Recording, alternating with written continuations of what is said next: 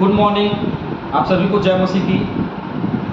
एक बार फिर से आज की क्लास में हम आगे बढ़ेंगे। आज की सुबह निर्गमन की किताब उसका 24वां अध्याय हम देखना आरंभ करेंगे और वाचा को स्थिर करने के ऊपर आज हम चर्चा करेंगे।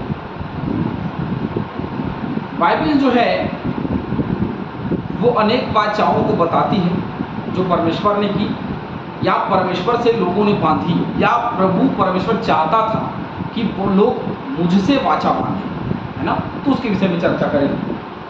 चैनल को लाइक करें, सब्सक्राइब करें, शेयर करें, ताकि बहुतेरे लोगों तक ये चैनल जो है पहुँच सके और प्रभु में सचमुच लोग आगे बढ़ते चले जाएं। तो जैसा कि हम सब जानते हैं कि प्रभु परमेश्वर यहोवा ने हमेशा एक वाचा को लोगों के बीच में रखा। अपने वाचा के अनुसार इजरायलियों को छुड़ा करके लेके आया, ये तो हम सब जानते हैं। और आज अपने वाचा के अनुसार ही परमेश्वर ने इजरायलियों को क्या दिया है, क्या दिया? 10 आज्ञाएं थी और साथ ही साथ और वाचाओं को स्थिर करने के लिए सारी चीजों को परमेश्वर ने उनके लिए क्या किया, दिया। ये बात बहुत अच्छे तरीके से हमको पता है और हमने अभी अध्ययन में सारी चीजों को देखा भी है। पहले वचन से जैसे हम देखना आरंभ करेंगे वहां बहुत सारी बातें होती हुई दिखाई देगी। पहला वचन 24 का पहला, फिर उसने मूसा से कहा, तू हारून, नदाब, अबीहू और इजराइलियों के 70 पुरनियों समेत यहोवा के पास ऊपर आकर दूर से दंडवत करना। इससे दंडवत करना दूर से, क्योंकि पास नहीं जा सकता, क्योंकि मूसा को परमेश्वर ने चुना और वो वहां जा सकता था। तो परमेश्वर ने जो कहा था वो मूसा ने कहा कि तू हारून, नदाब, अबीहू और इजराइलियों के 70 पुरनियों समेत यहोवा के पास ऊपर आकर दूर से क्या करना, उसको दंडवत करना, करीब आने का प्रयास मत करना। अभी तक तो पहाड़ में चढ़ने के लिए भी उसने मना किया था कि पहाड़ में कोई नहीं चढ़ेगा, उसकी इच्छा के बिना कोई कुछ नहीं कर सकता। उसकी इच्छा थी ही नहीं कि कोई पहाड़ पर चढ़े, इसलिए उसने चढ़ने नहीं। लेकिन अभी उसकी इच्छा है कि लोग चढ़ें, तो उसको चढ़ने दे रहा है और कह रहा है कि ऊपर आ, और ऊपर आकर के दूर से ही दंडवत उसको करा। निर्गमन 19 का 24।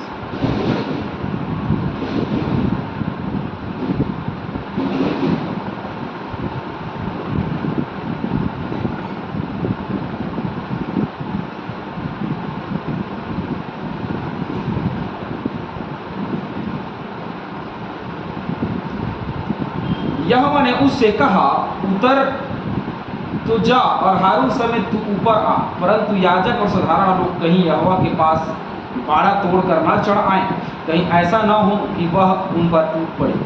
तो ये एक आज्ञा थी जिसको हमने पढ़ा कि कोई ऐसा पुरनीय ना हो कि ऊपर आ जाए और यहोवा का दंड उन पर पड़े।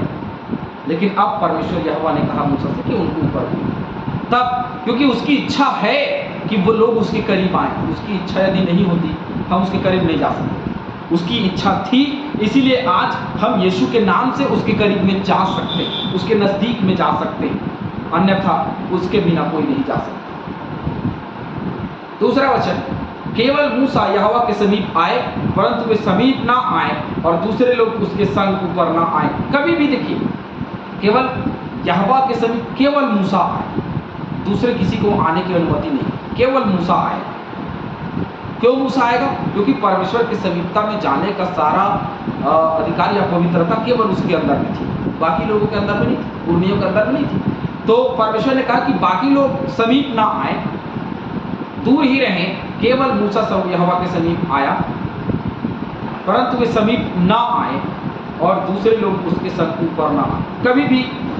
अच्छा, और यहाँ पे एक वचन, इस वचन में जैसे हम देख रहे हैं कि पुरनियों और हारून, नदाब, अबीहू, इनके साथ इजरायलियों के 70 पुरनिय आए और 70 पुरनियों के साथ और कोई ना आए, केवल 70 पुरनिय और जिनको मैंने नाम लिया है वो केवल वही आएंगे और कोई दूसरा नहीं आए। कहीं ऐसा ना हो कि भाई मैं भी चलता हूँ, ये 70 पुरनिय है, थोड़ी ना पता है मूसा को कि 70 पुरनिय ये भी है या नहीं। बोले नहीं, वो तो बीमार था तो मैं आ गया, ऐसे नहीं चलता। 70 पुरनिया अर्थात 70 पुरनियों को ही लाना है और दूसरा कोई नहीं, है ना। मूसा ने लोगों के पास जाकर यहोवा की सब बातें और सब नियम सुना दिए। अब मूसा ने क्या किया, लोगों के पास जाकर के यहोवा की सब बातें और सब नियमों को क्या कर दिया, सुना दिया कि क्या क्या नियम था जो हमने पिछले दिनों में पढ़ा। तब सब लोग एक स्वर में बोल उठे, जितनी बातें यहोवा ने कही हैं उन सब बातों को हम मानेंगे। अब जो जो बातें यहोवा ने कही उनको उसने सुना दिया। गलातियों के पत्र 3:19 एक वचन पढ़ेंगे हम लोग।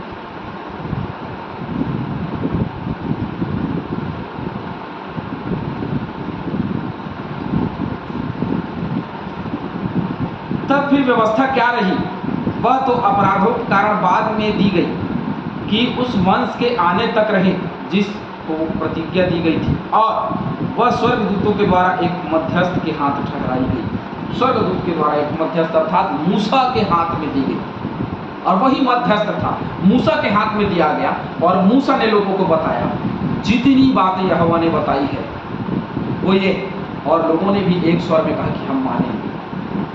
मानेंगे कहने से कुछ नहीं होता, आगे जब देखोगे तो मानेंगे तो कह दिया इन लोगों ने, लेकिन बाद में माने नहीं। वैसे ही मसीह लोग जब वचन को सुनते हैं तो मारे हाँ चलेंगे, चलोगे, अरे चले स्वर्ग जाने के लिए कौन कौन तैयार है, दोनों हाथ, मैं पासर, मैं पासर, मैं। लेकिन सच्चाई क्या है पता है, कोई तैयार नहीं। हालेलुया। क्योंकि मुंह से कहना आसान है लेकिन करना बहुत कठिन है, उसको करना बहुत ज़्यादा कठिन है। और उस कंडीशन में, उस स्थिति में यदि परमेश्वर चाहता है हमारे जीवन में कि कुछ बदलाव हो, या वो चाहता है कि हमारे जीवन में व्यवस्था की बातें हो, या चाहता है कि वचन की बातें, लेकिन उस दशा में वचन की बातें हमारे जीवन में रह नहीं पाती, हमारे जीवन में बन नहीं पाती। क्यों? क्योंकि समस्याएं हमारे जीवन में जुड़ी हुई हैं।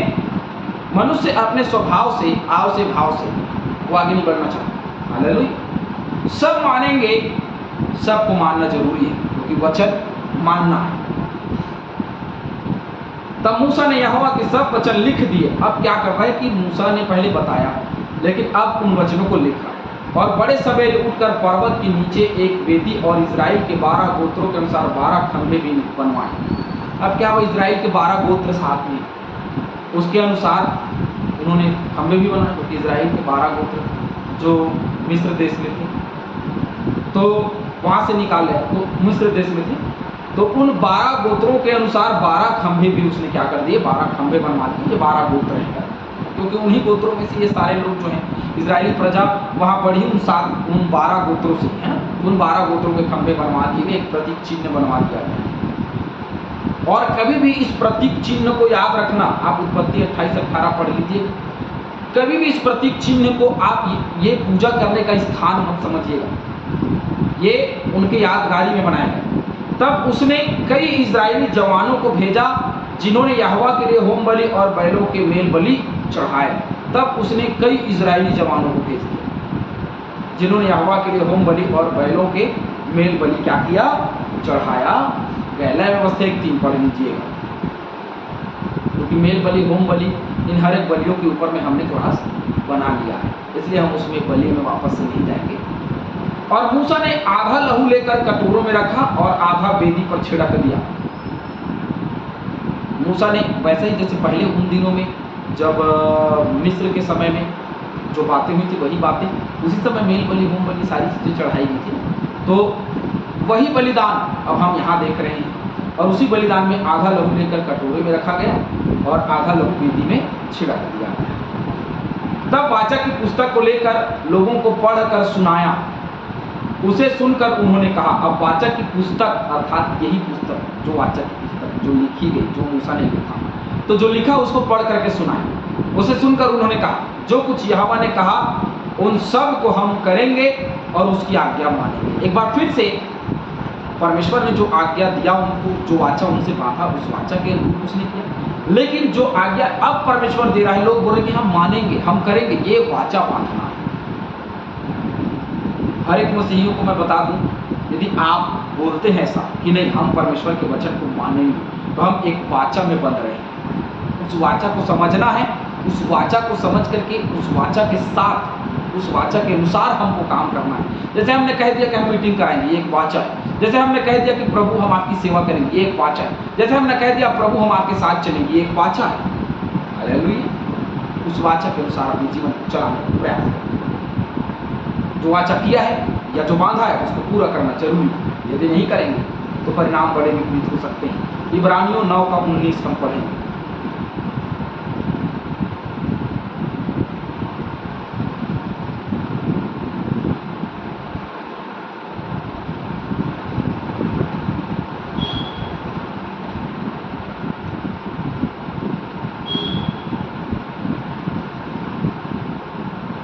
क्योंकि जब मूसा सब लोगों की व्यवस्था की हर एक आज्ञा सुना चुका तो उसने बछड़ों और बकरों का लहू लेकर पानी और लाल ऊन और जूफा के साथ उस पुस्तक पर और सब लोगों पर क्या कर दिया, छिड़क दिया। ये वही बात है, वही बात को रोमियो की पत्री में फिर से दोहराया।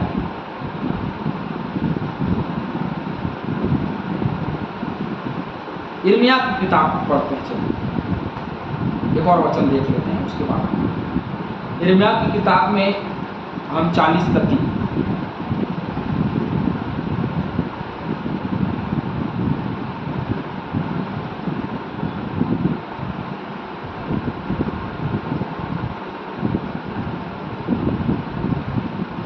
और जैसा यहोवा ने कहा था वैसा ही उसने पूरा भी किया है जो उसने कहा। तुम लोगों ने जो यहोवा के विरुद्ध पाप किया और उसकी आज्ञा नहीं मानी, इस कारण तुम्हारी यह दशा हुई है। जो तो दशा पूरी हुई इस्राएली प्रजा की बाद में, क्योंकि इन्होंने कहा जो वो बोलेगा वो हम मानेंगे, लेकिन उन्होंने ऐसा किया नहीं तो उसकी सजा तो मिलेगी ना। हालेलुया। तब मूसा ने लहू लेकर लोगों पर छिड़क दिया और उनसे कहा, देखो यह उस वाचा का लहू है जिसे यहोवा ने इन सब वचनों पर तुम्हारे साथ बांधी है। जैसे यीशु मसीह ने कहा कि ये मेरे वाचा की बोल लहू, तो उसने कहा नई वाचा, ये पुरानी वाचा है जो परमेश्वर ने व्यवस्था के द्वारा बांधी थी। तो यीशु मसीह के दिनों में नई वाचा जो उसके लहू के बलिदान से बांधा है।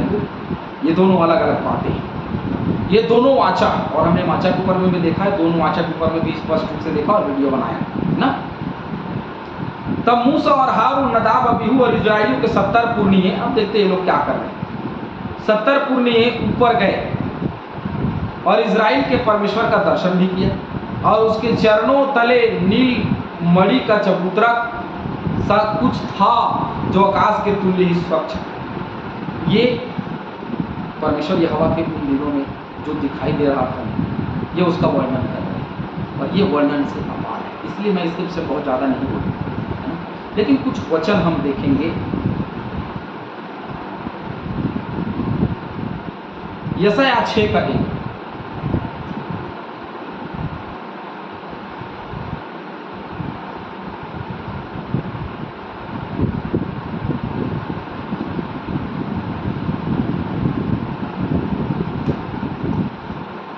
जिस वर्ष उजिया राजा मारा, मैंने प्रभु को बहुत ही ऊंचे सिंहासन पर विराजमान देखा और उसके वस्त्र के घेर से मंदिर भर गया। तो अलग अलग प्रकार से परमेश्वर का दर्शन हमको, यहाँ देखिए मंदिर के घेरे, मंदिर में देखा उसने और ये घेरे से पूरा मंदिर जो है भर गया परमेश्वर के घेरे से। यहाँ दिखाई पड़ रहा है क्या, यहेजकेल 1:8, 3, 40, 2, इन हर एक वचनों को पढ़ेंगे और आप अय्यूब की किताब 28, 16 और प्रकाशित वाक्य 4 का 3 हम पढ़ते हैं। प्रकाशित वाक्य 4 का 3,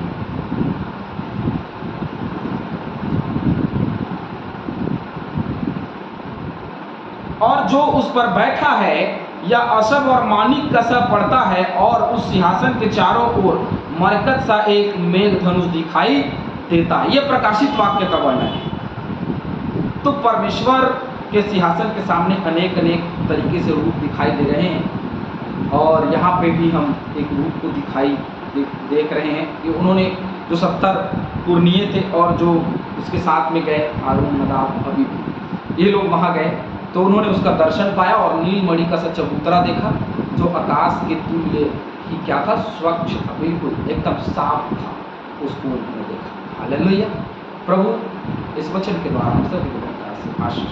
आमीन।